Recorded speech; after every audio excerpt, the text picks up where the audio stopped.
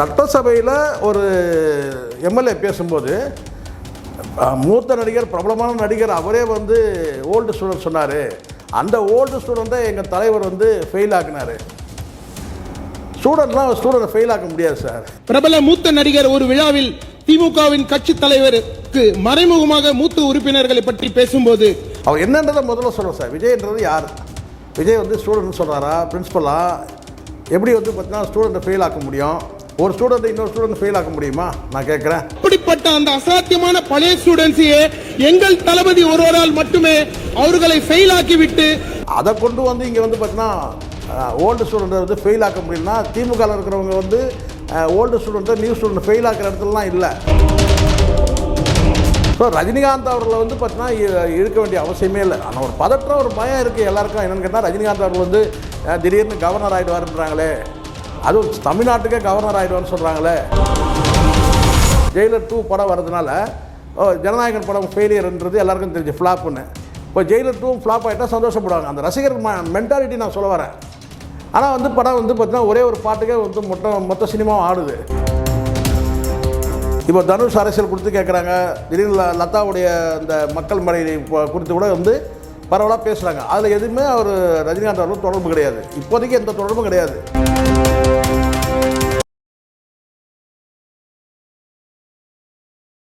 Sir வணக்கம் sir. வணக்கம் sir. வணக்கம். சமீபத்தில் தாவேக்கா சேர்ந்த ஒரு எம்எல்ஏ வந்து முன்னாடி வந்து ஒரு பிரபல நடிகர் வந்து மேடையில் பேசினார் அப்படின்னு சொல்லி ரஜினிகாந்தை வம்புக்கு இழுக்கிறாரு. இது சட்டசபை நடக்கிறது வேற விஷயம். எதுக்கு எப்பயோ நடந்த மேட்டரை இப்போ இழுக்கணும் சார்? முதல்ல ஒரு விஷயம், ரஜினிகாந்த் அவர்கள் பொறுத்த வரைக்கும் முதல்ல என்ன பேசினார்னு முதல்ல சொல்லிடுறேன். அப்புறம் இது பேச சரியாக தப்பானா அப்புறம் போவோம். ரஜினிகாந்த் அவர்கள் என்ன சொல்கிறாங்கன்னா, இந்த முன் வரிசையில் உட்காந்துருக்கிறவங்க எல்லாம் old student. So old student வந்து நியூ ஸ்டூடெண்ட்டுக்கு வழிவிடணும். ஒரு கட்சியில் வந்து சீனியர்ஸ் வந்து ஜூனியர்களுக்கு வந்து வழிவிடணும்.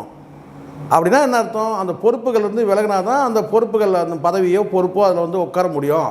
சீனியர்களே ஆக்குவே பண்ணிட்டீங்கன்னா அந்த இருக்கையை வந்து காலி பண்ணால் தானே வர முடியும். இப்போ உதாரணத்துக்கு வந்து இப்போ 3rd இயர் ஸ்டூடெண்ட் இருக்கிறாங்கன்னா அவங்க வந்து பார்த்திங்கன்னா வந்து பாஸ் ஆகி அவங்க வெளியே போயிட்டாங்கன்னா தான் அடுத்தது வந்து 3rd இயர் ஸ்டூடெண்ட்டாக 2nd இயர் ஸ்டூடெண்ட் வர முடியும். 2nd year student 1st year student வர முடியும். இது வந்து ரஜினிகாந்த் அவர் வந்து உள்ளத்தில் எதுவுமே இல்லாமல் கள்ளம் கவனம் இல்லாமல் சொன்ன வார்த்தை என்னென்னா, ஓல்டு ஸ்டூடெண்ட்லாம் நியூ ஸ்டூடெண்ட்டுக்கு வழிவிடணும்னு சொல்லி பேசினார். அது அவங்கள வந்ததுக்கப்புறம் வந்து துரைமுருகன் அதுக்கு பதில் கொடுத்தாரு. அதுக்கப்புறம் வந்து இவர் விளக்கம் கொடுத்தாரு. அதுக்கப்புறம் அவங்க வந்து பார்த்திங்கன்னா வந்து வருத்தம் தெரிவித்தார். இதெல்லாம் நடந்துச்சு. அதாவது என்னென்னா, ரஜினிகாந்த் அவர் சொன்னதுக்கு வந்து துரைமுருகன் வந்து அவருடைய பாணியில் வந்து நக்கலாக ஒரு பதில் சொன்னார். உண்மைதான். அதுக்கப்புறம் அது வந்து ரஜினிகாந்த் அவருக்கு அது வந்து ரொம்ப வந்து இதுவானதுனால அதுக்கப்புறம் கட்சி தலைமை கேட்டதில் அதுக்கப்புறம் வருத்தம் தெரிவித்தார். இதெல்லாம் நடந்தது. ஸோ இப்போ என்ன பிரச்சனைனா, சட்டசபையில் ஒரு எம்எல்ஏ பேசும்போது மூத்த நடிகர், பிரபலமான நடிகர் அவரே வந்து ஓல்டு ஸ்டூடெண்ட் சொன்னார். அந்த ஓல்டு ஸ்டூடெண்ட்டை எங்கள் தலைவர் வந்து ஃபெயில் ஆக்கினார். ஸ்டூடெண்ட்டை ஃபெயில் ஆக்க முடியாது சார். அடிப்படை அது தெரியணும். ஒரு ஸ்டூடெண்ட்டை ஃபெயில் ஆக்கிறதுனா யார்? நீங்கள் வந்து ஆசிரியர் தான் அதை பண்ண முடியும். ஃபெயில் ஆக்கிறதுனா அது கூட ஒரு தேர்வு நீங்கள் சரியாக எழுதலைன்னா ஆசிரியர் தான் ஃபெயில் ஆக்க முடியுமே தவிர ஒரு ஸ்டூடெண்ட்டை வந்து இன்னொரு ஸ்டூடெண்ட் வந்து ஃபெயிலாம் ஆக்க முடியாது. அவர் என்ன சொல்கிறாருன்னா வந்து, அப்போ யார் விஜய் அவர்களை என்ன சொல்ல வராரு? அவரை ஸ்டூடெண்ட்னு சொல்ல வராரா, இல்லை ஆசிரியர்னு சொல்ல வராரா? அப்படி சொல்லிட்டு சொல்லலாம். எங்கள் தலைவர் தான் வந்து பார்த்தீங்கன்னா மாஸ்டரு, எங்கள் தலைவர் தான் வந்து டீச்சரு, ஹெட் மாஸ்டரு அப்படின்னு சொல்லிவிட்டு நீங்கள் சொல்லலாம். ஆனால் ஓல்டு ஸ்டூடெண்ட்டை எங்கள் தலைவர் ஃபெயில் ஆக்கினார்னு சொல்லி பேசணும்னு நான் பார்த்தேன். அது பேச தெரியாமல் பேசுகிறது. ஏதோ இப்போ வந்து விஜய் அவர்கள் வந்து பார்த்தீங்கன்னா பெரிய வந்து ஐஸ் கட்டி தூக்கி தலையில் வைக்கணுன்றதுக்காக பேசுகிறது. சரி, பேசுகிறது தப்பில்லை. அதை பேசுகிறதையாவது முழுசாக புரியும்படியாக மக்களுக்கு அதை பேசணும். பேசுறதுல பிழை இருக்குதுன்னு நான் சொல்கிறேன். அவர் என்னன்றதை முதல்ல சொல்கிறேன் சார். விஜய்ன்றது யார்? விஜய் வந்து ஸ்டூடெண்ட்னு சொல்கிறாரா, பிரின்ஸிபலா? எப்படி வந்து பார்த்தீங்கன்னா ஸ்டூடெண்ட்டை ஃபெயில் ஆக்க முடியும்? ஒரு ஸ்டூடெண்ட்டை இன்னொரு ஸ்டூடெண்ட் ஃபெயில் ஆக்க முடியுமா? நான் கேட்குறேன். ரஜினிகாந்த் அவர் சொன்னது என்ன? கட்சி சார்பாக அவர் பேசுவார். அது கூட ஏவாவியர் ஒரு புத்தகம் வெளியிடுறாரு. அந்த புத்தகம் வெளியீட்டு விழாக்கு போனவர் தான். அப்போ இந்த தகவல் பேசுகிறாங்க. பேசும்போது ரஜினிகாந்த் அவர்கள் என்ன சொல்கிறாருன்னா, ஓல்டு ஸ்டூடெண்ட்லாம் நியூ ஸ்டூடெண்ட்டுக்கு வழிவிடணும்னு சொல்கிறார். அவ்வளோதான். அதனால தான் அது சர்ச்சையாச்சு. ஸோ அந்த சர்ச்சையை கொண்டு வந்து சட்டசபையில் பேச வைக்கிறதே தப்பு. இவங்களுக்கு ரஜினிகாந்த் குறித்து ஏதாவது பேசணும். இப்போ எல்லாருக்குமே அப்படி ஆகிட்டாங்க. இப்போ வந்து விஜய் ரசிகர்கள் தொண்டர்கள் எல்லாருமே வந்து ரஜினிகாந்த் குறித்து ஏதாவது ஒன்று பேசி வம்பு எடுக்கிற இடத்துல தான் இருக்கிறாங்க. ஆமாம் சார், இப்போ வந்து என்னென்னா அவர் இன்னொரு விஷயம்னு சொன்னார், எதிர்த்து வந்து நேரு அவர்கள் பதிலடி கொடுத்தாரு. அப்போ நடந்தது வேறு விஷயம். அது எதுக்கு இங்கே வந்து விவாத பொருளாக்குறீங்க? அது அவங்க பேசுனாங்க, அதுக்கப்புறம் என்ன பேசுனாங்கன்னு எனக்கு தெரியும், அது இங்கே சொல்ல வேண்டிய அவசியம் இல்லை, அது அவங்க தனிப்பட்ட விஷயம் அப்படின்றாரு நேரு அவர்கள். இது நீங்கள் எப்படி பார்க்குறீங்க? இல்லை, அதுதான் சார். அப்போது நேரு அவர்கள் கூட பார்த்தீங்கன்னா விளக்கம் கொடுக்கும்பொழுது இப்போ நான் சொன்ன மாதிரி சொல்லலை, எந்த சூழ்நிலையில் எதுக்காக சொல்லப்பட்டது, அது வந்து எங்கள் கட்சி நிகழ்ச்சியை சொன்னார், சுருக்கமாக சொன்னார். ஆனால் எதுக்காக சொன்னதுன்னா, ஏவாவியில் ஒரு புத்தகம் வெளியிடுறாரு. அந்த புத்தக வெளியீட்டு விழாக்கு வந்து ரஜினிகாந்த் அவர்கள் அழைக்கிறாங்க. அழைக்கும் போதே அவர் வந்து என்ன சொல்கிறாருன்னா, ஒரு கூட்டத்துக்கு கூப்பிடும்போது நம்ம வந்து வரலன்னு சொல்ல முடியல, சரி வந்தாச்சு, வந்த பிறகு எதுவும் பேசாமல் போயிட்டா உம்முன்னு உட்காந்துட்டு போயிட்டாரு அப்படின்னு சொல்லிவிடுவாங்க. சரி ஏதாவது பேசணும், அப்போ என்ன பேசுறது அப்படின்னு சொல்லும்போது அப்போ அந்த கோர்வையாக ஒன்று ஒன்றா பேசிட்டே இருமா. அப்போ என்ன சொல்கிறாருன்னா, துரைமுருகன் இவங்கெல்லாம் சொன்னால் நீங்கள்லாம் நியூ ஸ்டூடெண்ட்டு, அந்த நியூ ஸ்டூடெண்ட்லாம் வந்து ஓல்டு ஸ்டூடெண்ட்டுக்கு வழிவிடணும்னு சொல்லி பேசுகிறாரு. அது வந்து எனக்கு தெரிஞ்சு நான் ஒரு விஷயம் நான் சொல்லுவேன், இது வந்து முழுக்க ஒரு திமுகவை சார்ந்த ஒரு விஷயம். அதை கொண்டு வந்து இங்கே வந்து பார்த்தீங்கன்னா ஓல்டு ஸ்டூடெண்ட்டை வந்து ஃபெயில் ஆக்க முடியலன்னா, திமுகவில் இருக்கிறவங்க வந்து ஓல்டு ஸ்டூடெண்ட்டை நியூ ஸ்டூடெண்ட் ஃபெயில் ஆக்கிற இடத்துலலாம் இல்லை. அது முதல்ல புரிஞ்சுக்கணும். எனக்கு தெரிஞ்சு இந்தியாவிலே ஒரு கட்சி ஒற்றுமையாக இருக்குதுன்னா அது வந்து டிஎம்கே தான் நான் நினைக்கிறேன். அப்படி தான் இருக்குது. பார்வை பார்க்கும்போது பார்த்திங்கன்னா மற்ற கட்சிகளில் வந்து பார்த்திங்கன்னா அப்பா மகனுக்கெல்லாம் சண்டை நடக்குது. ஆனால் இங்கே வந்து பார்த்திங்கன்னா அந்த மாதிரி எதுவும் பிரச்சனை இல்லை, ஒற்றுமையாக இருக்கிற மாதிரி தான் தெரியுது. அதனால் சீனியர் ஜூனியர் இந்த ஃபைட் வந்து கிடையாது. ஆனால் ரஜினிகாந்த் அவர்கள் பொதுவாக சொல்கிறார் என்னென்னா, ஒரு கட்சியில் மூத்தவர்களுக்கு கொஞ்சம் நீங்கள் விலகி போனீங்கன்னா இளையவர்களுக்கு அந்த பதவியில் அகாமடேட் ஆவாங்கன்னு சொல்கிறாரு. இதில் ஒரு தப்பு இருக்கிற மாதிரி தெரியல. ஆனால் அதை கொண்டு வந்து இங்கே சட்டசபையில் பேசுகிறது வேண்டாத வேலை. அது நேரு அவர்கள் பதில் கொடுக்கும்போது அது இன்னும் கூட கொஞ்சம் சிறப்பாக பதில் கொடுத்துருக்கலாம். அவர் கொடுத்த பதில் வந்து அவ்வளோ திருப்தி இல்லை. இது ஏதோ வந்து பார்த்தீங்கன்னா கேள்வி பட்டவுடனே ஒரு அதிர்ச்சியில் பேசுகிற மாதிரி அவர் பேசுகிறாரு. அது எதுக்காக ஏன்றதை வந்து ஒரு விளக்கமாக பேசணும். இல்லை சார், இப்போ வந்து சம்மந்தமே இல்லாமல் எதுக்கு இவங்க வந்து ரஜினிகாந்தை இழுக்கிறாங்க? பேச தெரியல, வேற என்ன சட்டசபையில் என்ன பேச தெரிஞ்சதுன்னா சார், முழுக்க வந்து பார்த்தீங்கன்னா சட்டமன்றமே கோமாளி மன்றம் மாதிரி ஆகிட்டுருக்கு. பேச தெரிஞ்சதானே. இப்போ நீங்கள் பார்த்தீங்கன்னா சட்டசபையில் ஆளுங்கட்சி தரப்பில் எல்லாம் கோமாளிகிறதால எதிர்கட்சி தரப்புலேயே வந்து பார்த்திங்கன்னா ஒரு ஆக்கப்பூர்வமான அறிவுபூர்வமான ஒரு விவாதங்கள்லாம் நடக்கவே இல்லை. அங்கே என்னென்னா வந்து இருக்கிற எல்லாமே வந்து ஜோக்கராக தான் என்ன சார் செய்ய முடியும்? எல்லாமே வந்து பார்த்திங்கன்னா ஏதாவது காமெடியாக தான் ஓடிட்டுருக்குது. இன்னும் அறிவார்ந்த விவாதம் எதாவது நடந்தால் எடுத்து சொல்லுங்கள், ஏதாவது ஒரு ரெண்டு சொல்லுங்கள். இந்த விஷயத்தை வச்சு அறிவார்ந்த விவாதம் நடந்துச்சு கிடையாது. எவ்வளோ விஷயங்கள் விவாதிக்க வேண்டியது இருக்குது. ஸோ அதெல்லாம் விட்டுட்டு இப்போ என்ன பேசுகிறான்னு கேட்டால் முழுக்க தனிநபர் சாடல், தைரியம் இருக்கா, நீ மோதிப்பார், இதுதான் நடக்குது அங்கே ஃபுல்லாகவே. ஸோ ரஜினிகாந்த் அவர்களை வந்து பார்த்தீங்கன்னா இழுக்க வேண்டிய அவசியமே இல்லை. ஆனால் ஒரு பதற்றம், ஒரு பயம் இருக்குது எல்லாருக்கும். என்னென்னு கேட்டால் ரஜினிகாந்த் அவர்கள் வந்து திடீர்னு கவர்னர் ஆகிடுவாருன்றாங்களே, அதுவும் தமிழ்நாட்டுக்கே கவர்னர் ஆகிடுவார்னு சொல்கிறாங்களே, அது இல்லாமல் வந்து பார்த்திங்கன்னா வந்து ஜனாதிபதி ஆகிடுவார்னு வேறு சொல்கிறாங்க.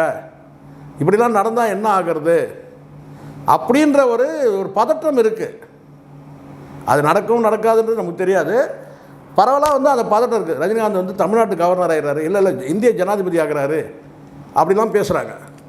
நம்ம எது உண்மைன்றது நமக்கு தெரியாது, அது வந்து காலம்தான் பதில் சொல்லும். ஆனால் இவங்க வந்து பார்த்திங்கன்னா வந்து ஒரு பதட்டப்படுறாங்கன்னு தெரியுது. ரஜினிகாந்த் குறித்து ஏதாவது ஒன்று பேசுகிறது, அதுவும் இந்த ஜெயிலர் 2 படம் வர்றதுனால ஜனநாயகன் படம் ஃபெயிலியர்ன்றது எல்லாருக்கும் தெரிஞ்சு ஃப்ளாப்புன்னு. இப்போ ஜெயிலர் 2 ஃப்ளாப் ஆகிட்டால் சந்தோஷப்படுவாங்க. அந்த ரசிகர் மென்டாலிட்டி நான் சொல்ல வரேன். ஆனால் வந்து படம் வந்து பார்த்திங்கன்னா ஒரே ஒரு பாட்டுக்கே வந்து மொத்த சினிமாவும் ஆடுது. ஸோ அதனால் இதெல்லாம் வந்து ஒரு காழ்ப்புணர்வில் பேசுகிறது. எம்எல்ஏகளுக்கு என்ன பேசுறதுன்னு தெரியல, சப்ஜெக்ட் என்ன பேசுறது. நீங்கள் எம்எல்ஏ ஜெயிச்சு வந்துட்டீங்க, தொகுதி குறித்து பேசலாம், ஏன் தலைவர் குறித்து கூட நீங்கள் புகழ்ந்து கூட பேசுங்க. ஆனால் இன்னொருத்தரை வந்து தாக்கி பேசுகிறது தான் இருக்கக்கூடாது. ரஜினிகாந்துக்கும் உங்களுக்கு என்ன சம்பந்தம்? அவருடைய வேலையை அவர் பார்த்துட்டு இருக்கிறாருங்க, அவருடைய ரசிகர் இருக்கிறாங்க, அவ்வளோதானே தவிர நீங்கள் உங்களுடைய ரசிகர் படையை வச்சு நீங்கள் வந்து முதலமைச்சர் மகிழ்ச்சி வாழ்த்துக்கள் சொல்லிட்டார், அவ்வளோதான். மீண்டும் வந்து ரஜினிகாந்த் அவர்கள் வந்து சீன்றதுக்கு தேவையில்லாத வேலை. ஆமாம் சார், இப்போ இன்னொரு முக்கியமான விஷயம் என்னென்னா, ரஜினிகாந்த் அவர்கள் விஜய் அவர்கள் ஆட்சிக்கு வந்த புதுசே ஒரு விஷயம் சொன்னார், நான் அரசியலே இல்லை, நான் எதுக்கு அவரை பார்த்து புறம்போட போகிறேன், நான் எந்த கட்சியிலையும் சேர்ந்து ஒருவேளை கமல் வந்தால் கூட நான் புறம்பட்டிருக்கலாம், நான் அரசியலே கிடையாது, நான் எதுக்கு அவர் சிஎம் ஆனது நினச்சி நான் புறம்பப்பட போகிறேன் அப்படின்ற மாதிரி பேசியிருந்தாரு. அரசியலே இல்லாத ஒரு நபரை எதுக்கு இவங்க இல்லை அப்படியே அதான் சார். இப்போது அவர் விலகி போகிறாரு, நான் இதில் சீன்லேயே நான் தான் இந்த அரசியல்லே இல்லைன்னு இப்போ இல்லை, அவர் முன்னாடியே சொல்லிட்டார் சார். 2021க்கு முன்னாடி வந்து நான் ரேஸில் இருக்கிறேன்னு சொன்னார். அதுக்கப்புறம் வந்து அந்த தேர்தலே அவர் பங்கேற்கல, அந்த அந்த வார்த்தையை கூட விட்ரா பண்ணிட்டார், அவ்வளோதான். இனி வரப்போகிறதும் கிடையாது. இப்போ தனுஷ் அரசியல் கொடுத்து கேட்குறாங்க, திடீர்னு லதாவுடைய அந்த மக்கள் மழை குறித்து கூட வந்து பரவலாக பேசுகிறாங்க. அதில் எதுவுமே அவர் ரஜினிகாந்த் அவர்களுக்கு தொடர்பு கிடையாது, இப்போதைக்கு எந்த தொடர்பும் கிடையாது. அவர் நிம்மதி தேடிருக்காரு. 75 வயசில் வந்து பார்த்தீங்கன்னா படங்கள் வந்து 175, 173, 174, 175 ஓடிக்கிட்டு இருக்குது. ஸோ அதனால் இது வந்து தேவையில்லாமல் அவர் வந்து இந்த அரசியலில் கொண்டு வந்து சிக்க வைக்கிறது. ஏன்னா இங்கே எதிர்ப்பு ஒரு ஃபயர் இருக்கணும்னு நினைக்கிறாங்க. இவங்கெல்லாம் ஒரு அணி, இது இவங்கெல்லாம் திமுக சார்ந்தவொன்னு சொல்லுவாங்க. ரஜினிகாந்த் திமுக உறுப்பினர் மாவட்ட செயலாளர் கூட சொல்லிடுவாங்க. அப்படி தான் இழுத்துட்டு போகிறாங்க அவரை. ஆனால் அவர் விலகி இருக்கிறார். சரி சார், இப்போ தொடர்ந்து வந்து அரசியலே இல்லாத ஒரு ரஜினிகாந்த் இவங்க இப்போ எடுத்து பேச வேண்டிய அவசியம் என்ன? ஏன் அவர் பேச தெரியாமல் பேசுறது, அதுதான் நான் நினைக்கிறேன். சட்டசபையில் வந்து இதை பேசினாக்கா உடனே வந்து ரொம்ப பெருமையாக நினைப்பாங்க. ஏற்கனவே இங்கே ரசிகர்களுக்குள்ளே ஒரு சண்டை மோதல் இருக்குது. சட்டசபையில் இருக்கக்கூடிய அமைச்சர்கள் இவங்க தான் அதை வந்து அந்த அந்த சொன்ன அந்த பதற்றத்தை தணிக்கணும். ஆனால் எம்எல்ஏ வந்து பார்த்திங்கன்னா அங்கே வந்து அவரோட இவர் வசதி, எங்கள் தலைவர் வசதி ரொம்ப, அவர் பாருங்கள் அவர் இப்படிலாம் பேசினார், எங்கள் தலைவர் செய்து காமிச்சிட்டாரு, எதுவுமே நடந்தன கிடையாது. இப்போ புரியாத சொன்னால் நாளைக்கு வந்து பார்த்திங்கன்னா அரசியல் ரிவர்ஸில் போகும், பேக் ஃபயர் ஆகும். அது எல்லாருக்கும் கடந்த காலத்தில் ஆகிருக்கு, கலைஞருக்கு ஆகிருக்கு, ஜெயலலிதா ஆகிருக்கு. அப்போ பேக் ஃபயர் ஆகும்போது அப்போ தான் தெரியும். அப்போ தான் நம்ம எவ்வளோ பேர் நம்ம சம்பாரித்து வச்சுருக்கிறோன்னு, என்னென்னா எவ்வளோ பகைமை சம்பாரித்து வச்சுருக்கோன்னு தெரியும். எனக்கு தெரிஞ்சு விஜய் விட பார்த்தீங்கன்னா அந்த விஜய் கூட இருக்கிற அந்த எம்எல்ஏக்கள், இந்த வந்து மற்ற எடுபடிகள், உதிரிகள், இவங்க தான் வந்து பார்த்திங்கன்னா வந்து ஒரு என்ன அந்த ரஜினி வெர்சஸ் விஜய்ன்ற அந்த காம்போவை பிடிச்சி தொங்கறதான் நான் பார்க்குறேன். ஏன்னா விஜய் அவர்கள்லாம் எவ்வளோ வேலை இருக்குது, முதலமைச்சருக்கு எவ்வளோ ப்ரெஷர் இருக்குது, எவ்வளோ வேலை இருக்குது. அதை விட்டுட்டு வந்து பார்த்தீங்கன்னா இங்கே வந்து இந்த லோக்கல் இந்த சினிமா சண்டை போகிறதுக்கெலாம் நேரமே கிடையாது. ஆனால் இந்த ரசிகர்கள், தொண்டர்கள், இந்த எம்எல்ஏ மாதிரியான இந்த மாதிரியான நபர்கள் தான்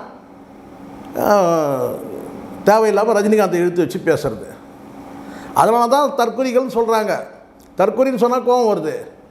சட்டசபையில் வந்து நம்ம என்னடா எதுக்குடா வந்தோம், நம்ம என்ன பேச போகிறோம், அதை தானே யோசிக்கணும். இப்போ போய் இதுவாக முக்கியம், தலைவரை புகழ்ந்து பேசுறது தப்பு இல்லை, நீங்கள் பேசிங்க தாராளமாக. இன்னொரு நடிகரை கொண்டு வந்து கம்பேர் பண்ணி பேசுகிறீங்களா, அதுதான் வன்மம்ன்றது. சார் ஓகே சார், பொறுத்து வந்து பார்ப்போம். Thank you very much sir. Thank you. நன்றி சார். இது போல பல வீடியோக்களை கண்டு மகிழ எங்களது ரீசன்ட் வாய்ஸ் சேனலை மறக்காம சப்ஸ்கிரைப் பண்ணுங்க.